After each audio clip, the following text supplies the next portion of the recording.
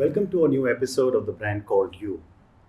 Today I have a young entrepreneur who I have known for the last 4 or 5 years. I first met him in San Francisco, and someone who made quite a big name for himself. Ruchit Garg, welcome to the show. Thank you, sir. Ruchit has studied at Kendriya Vidyalaya. He worked for Microsoft.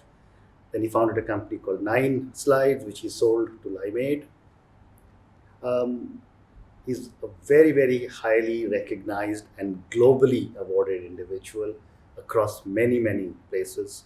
He's a mentor at Singularity University, and most importantly, he's the founder of Harvesting, a company that is changing the lives of farmers. Ruchit, you worked for a little while in your early career, and then you became an entrepreneur. Did you always want to be an entrepreneur? I think so. My first business, so a little bit of my history. My father died when I was only 9 years old. So we faced a lot of financial challenges growing up. There was a time our family was living in a 10 by 10 room. Me, my two other brothers and mom. That pushed us too much in terms of financial issues, and we started thinking about how can we survive. So I started giving tuitions to the same schoolmates, a few years junior to me, sometimes the same class, and so forth. And my first business ended up being at around 9 or 10 when I was renting the comic books, which I used to buy for myself, generating more money for my next year's summer vacations and so forth.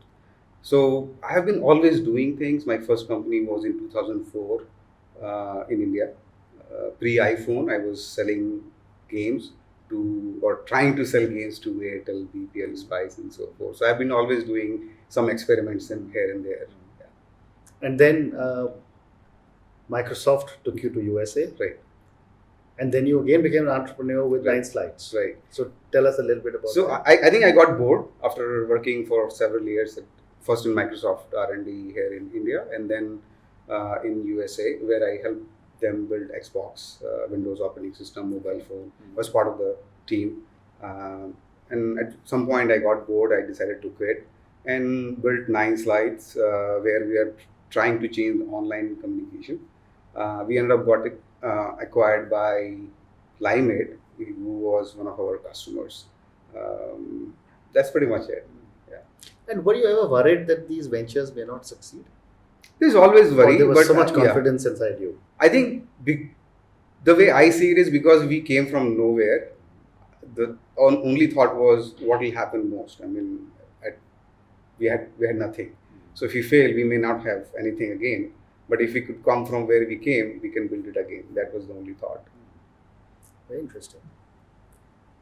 And then after your first significant exit of 9Slides to Limeade, what did this do to you and your life? I mean, very, very few entrepreneurs actually get a successful exit. And you were one of the few people. It was a small exit, but for me, I realized that it took blood and sweat, 4 or 5 years. It not only impacted me physically, mentally, but also the family. Like, you're all not at home and so on and so forth. I realized that it's not worth chasing just the money part. I wanted to do something which has a more positive impact to the world.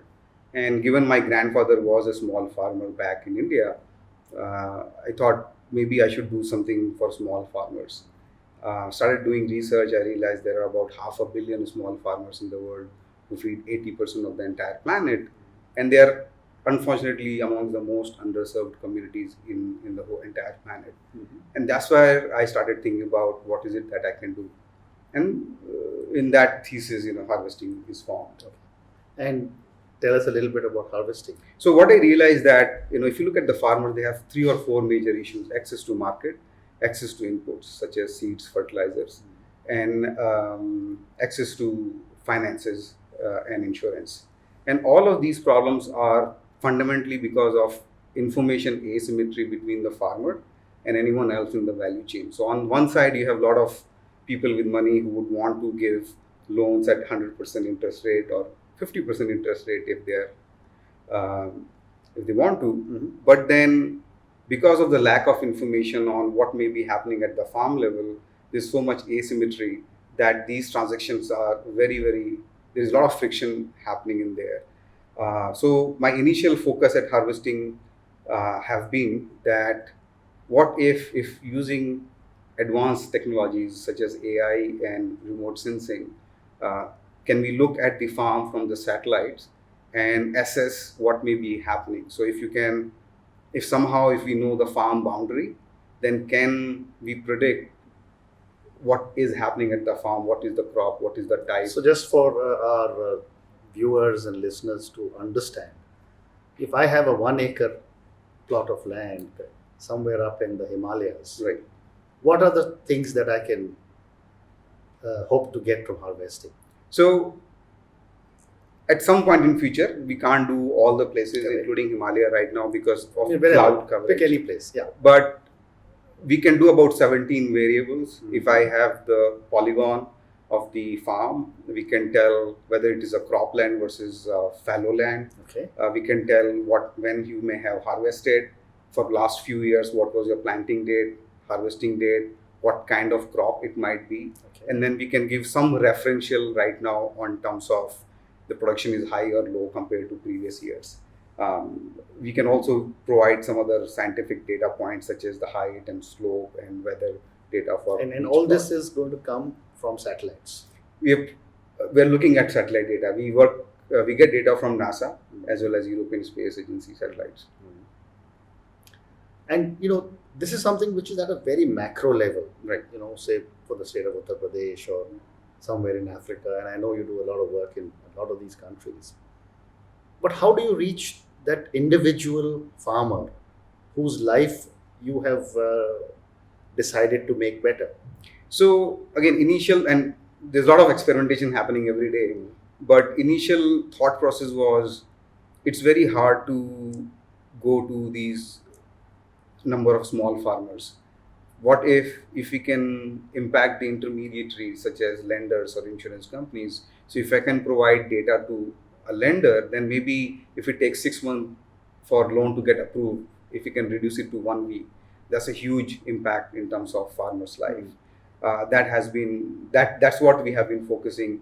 But lately, I have shifted the gear, and we have decided to work directly with the farmers, where we are building the community of farmers using the mobile phone. We have about 20 states in India where farmers are using our app to identify the issues they have with their crop. So if they have a sick crop, they just take a picture and put it on the mobile app we have called Harvesting Farmer Network.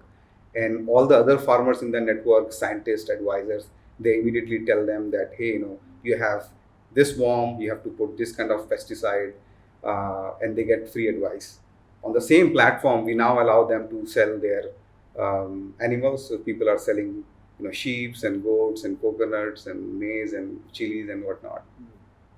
So harvesting, you're building like a platform Yes. where all the farmers can then come Yes. and offer their produce, Right. their livestock, Right. and can also get information. Free advice. Yes. Yes. And some of the large transactions, although it's all open, all free for any farmers, we have started getting large inquiries. For example, we have buyer who want to buy 100 tons of maize every month, 50 tons of onion every week. So for those large inquiries, we are now hand-holding that process because we can become that trustworthy agent between the buyer and the seller, making sure the quality is fine, making sure the farmer gets money and so forth. So that's where we are heading right now. So help me understand, I'm a little confused. Harvesting as an entity is supposed to give inputs to farmers to improve their life. Right. But you are now saying you're becoming like a trading platform. So we would make money as a trader, but we are different than a typical RT or a trader because we also enable farmer to get free access to the best advice through the mobile phone. We also enable them to sell whatever they want at their own will through this free platform. But for large value transaction, we do, if they want, they can avail our services and we take a small commission out of it. Okay. And, the farming community, as you said, is across the whole world. and yet I have seen you build this from scratch. Ji. What has been some of your some of your challenges as you built harvesting? And I do know that you've got a long way to go. Right. I think challenge have been probably just for my superficial understanding of the issues, I would say, and not being or not focusing on one region. I think was the biggest challenge, and that was one of the reasons Help I me moved to understand India. that. So I wanted to sort of conquer the world. Mhm. And I was serving farmers or trying to serve farmers in Myanmar, Uganda, Kenya, Nigeria, Latin America. But I think in the process, I was not able to focus with the small team and resources we had. And I think that was one of the biggest challenge in my mind, that we should have focused in one region. That would have resulted in more ROI, if I can say that. So you're now scaling back a little bit. We're scaling back in terms of different regions, learning to say no, Yep. and focusing or doubling or tripling down on India, and trying to do all aspects of farming. I'm more on the field. I'm buying produce myself. I'm taking truck to AM in the mandi to sell, to see how traders cheat, or how they deal with farmers, and trying to understand the nitty-gritty of the system. So someone was telling me, and I was talking, saying that if you're the farmer at the center, you spoke of insurance, you spoke of credit, Ji. right? You spoke about data and analytics. But I was told that the largest input cost for a farmer is the tractor, the harvester, the seeds, the fertilizers. Are you also looking at these areas? So there are two sides of the chain, and you know that, right? One is on the input and one on the market linkages. Right now, we are focusing mostly on the market linkages, and all the input sides we are making it available for free, which they can leverage through the community knowledge base. As far as pricing is concerned, yes, in input wise, I could see from the last retail seller, farmers pay about 2x, 3x of the original price. So if it is of 10 rupees seed, he will buy from 80, 90 rupees. So there is a lot of gap there, which can be filled. Yeah. And you don't see an app like an Amazon, Right. Which can then ensure that the seeds and the other farming inputs, small, can be ordered online by farmers? It can be, and actually in our app, you would be able to do that in future. We are not doing it right away, again, trying to focus. Yeah. Because while advisors are saying, hey, buy this pesticide 2 ml per acre, there could be another button there saying, place the order and it will magically arrive next day. So there's definitely a huge rural e-commerce opportunity in front of us. But again, we just want to make sure that we first make some money for the farmer, and hopefully in the process we'll have trust, and then they will also buy from us. And what kind of, farming is a very political subject. Right. Every politician is involved with farmers. What kind of influence do politicians have in your business? Or do they have any impact at all? There's definitely a lot of say. Farmers go by their leaders. So if, let's say in a village there is a sarpanch, who if we consider that as a political post, they would want one successful guy to be using new technology, new system, and if he is successful, then and everybody down the chain, they would like to use it. So that's definitely a way farmers are interacting with the political system. But on the other side, there also, I feel that farmers, they're now getting used to of subsidies. So even if there are a lot of rich farmers, I was surprised. I stayed 2 nights very near to a Pakistan border in Punjab, and I saw these farmers. Some of these farmers are making 50 lakhs rupees tax free. They don't have to pay water bill. They don't have to pay electricity bill. There's almost no expenses, and they're still looking for subsidies and so on and so forth. So there's mismatch there, Yeah. Interesting. You have a team. You built a team across the globe with a lot of global managers. How will they be able to adjust to working in India? So when we have mostly been operating very remotely. Mm. So we have some scientists in Europe, we have some scientists in different parts of US, some in India, and some of them I have never met actually. Mhm. So for them, still on internet, so it doesn't matter. Maybe what we have changed is meeting time, but we are still working as we used to before. And I think that's where the whole world is going, working remotely. Correct. Yeah. Correct. So one last question on harvesting before we move on. A very critical input for every farmer is rain, is water. And I think that's a challenge around the whole world. Right. How do you plug in this information for the farmer? So there is no easy way Mhm. for water challenge to be solved. I think all the stakeholders needs to come together because it's a very sensitive subject. Although one crop needs water, there are a lot of crops like cotton and sugarcane who they create because that have a lot of short-term returns, but long-term it sucks away all the water from the soil. So even if, for example, if you look at Haryana state, government has announced some 1,000 rupees per acre if you go away from paddy. Farmers would not take it because the money he will make from paddy is much higher than the subsidy he is getting. So there needs to be much more innovative schemes for them to facilitate saying, hey, don't grow this, grow some other cash crop. That's the only way. I mean, and you have to plant a lot more trees and forests. Okay. So let's move into the second part of our discussion, which is on startups. I mean, you are a successful startup entrepreneur. You mentor startups. You invest in startups. You've sold a startup. You've built a new startup. What are some of the basic mistakes startup entrepreneurs make? I think not knowing customers, I have done that all the time. I have done every mistake, probably a lot more than given in the books. But I believe, especially the technology entrepreneur, we focus a lot more on technology. And we forget about the end customer. We think about, oh, how do I put this technology to solve that versus actually solving the problem. So that I think have been the mistakes I see very regularly, including myself, doing it again and again. Okay. And a question that I ask a lot of people, should an entrepreneur be alone or should they take a partner? It really depends. I think finding a right partner is very, very hard. For me, I have been always solo entrepreneur.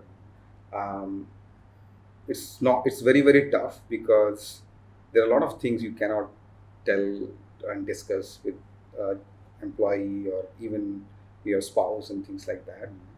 And at that time, you need somebody who can share your load. Um, but so it's advisable to have. But for somebody like me, I would not stop in order to find a co-founder to start something. My mindset have been, oh, let's start. If I find somebody worthy enough, if there's a relationship which we build, that person could become a co-founder. And at what stage in a startup journey should they start to look for external capital? Again, you have raised so much money so many times. It all depends. It's very contextual. Somehow I feel right now that they should not hurry up in raising capital. Ideally, they should raise capital when they don't need it. But it depends on idea. If this is a core deep tech technology, it needs $10 million to develop the product, then probably you would have to raise that kind of money. But if you could find a way to become cash flow positive very quick, I think nothing like it. That is very, very useful. Otherwise, no matter who the investor are, they would try to short change you. Okay. And the next question on startups, a lot of companies I have interacted with, one of the areas that a lot of startups fail is that they don't define their strategy well. What are your thoughts on that? It's true. I think it's the reflection of not understanding the market and customer, and second, not writing that on the piece of paper. I think everybody has some strategy. Some people have few weeks, a few months, and a few years. But I think not writing it doesn't help them clarify what they have. And even if they have clarity, the second part, if they don't know the customer, then the strategy is not very useful. Okay. So you've seen a lot of success. I see you meeting some big people, big names around the world. You remain very humble. What is the secret of your success? And I must qualify, but you're still very young, and I'm sure you'll have much, much more. But what is the secret of your success so early in life? Yeah, I don't consider myself to be successful, but I feel that it's just the intent that you. I don't know how I need to define it properly, but there's always this. This is in my head that there's so much to learn. We know almost nothing. Like we are at the tip of the iceberg. So if you take that and move forward, there's always a learning aspect in there. Right. With an exciting company like Harvesting there, um, and yet having moved back to India for family, so the children could grow up in an Indian environment. What keeps you going every day?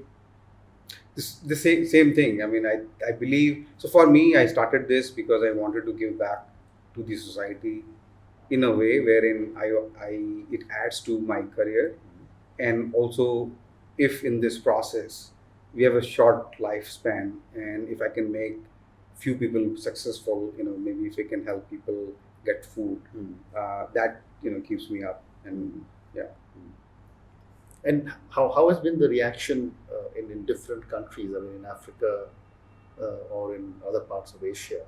What is the reaction of all the farmers to the work that you've done there? So they absolutely like it. For example, as I said, our application, we have farmers from as far as Uri. We have farmers using our app from Nigeria and Thailand and so forth. And we haven't spent any money on marketing. So they definitely like what we are doing. Of course, we need to get much more closer. And I think with this new shift in focus, where we are enabling them to sell their product, I think they would love us a lot. Yeah. So I've got two more questions left to ask you. One question is, with all the success, there must have been failures. What were some of your learnings from some failures? All that I have shared so far. So there's a lot of failures. I still feel I do a lot of them, on everyday basis. Yeah. Learnings, as I said, become cash flow positive as soon as possible. Otherwise, a lot of investors would try to shortchange. It's the nature of doing business, I guess. That has been the biggest learning for me. Okay. Yeah. And final question.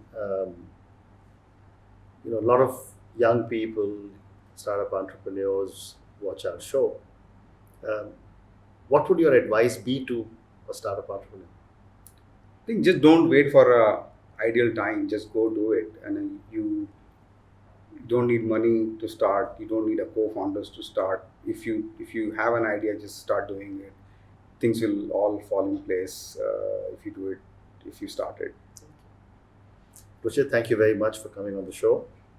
Good luck with Harvesting. I'm hoping to see farmer incomes double, treble with all the inputs that you're going to give to them. Thank you, sir. Thank you very much. Thank you for listening to the Brand Called You podcast.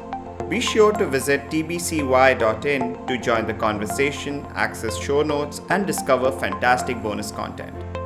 You can follow us on YouTube, Twitter, Facebook, and Instagram. Simply search for the Brand Called You. Thank you and see you next week.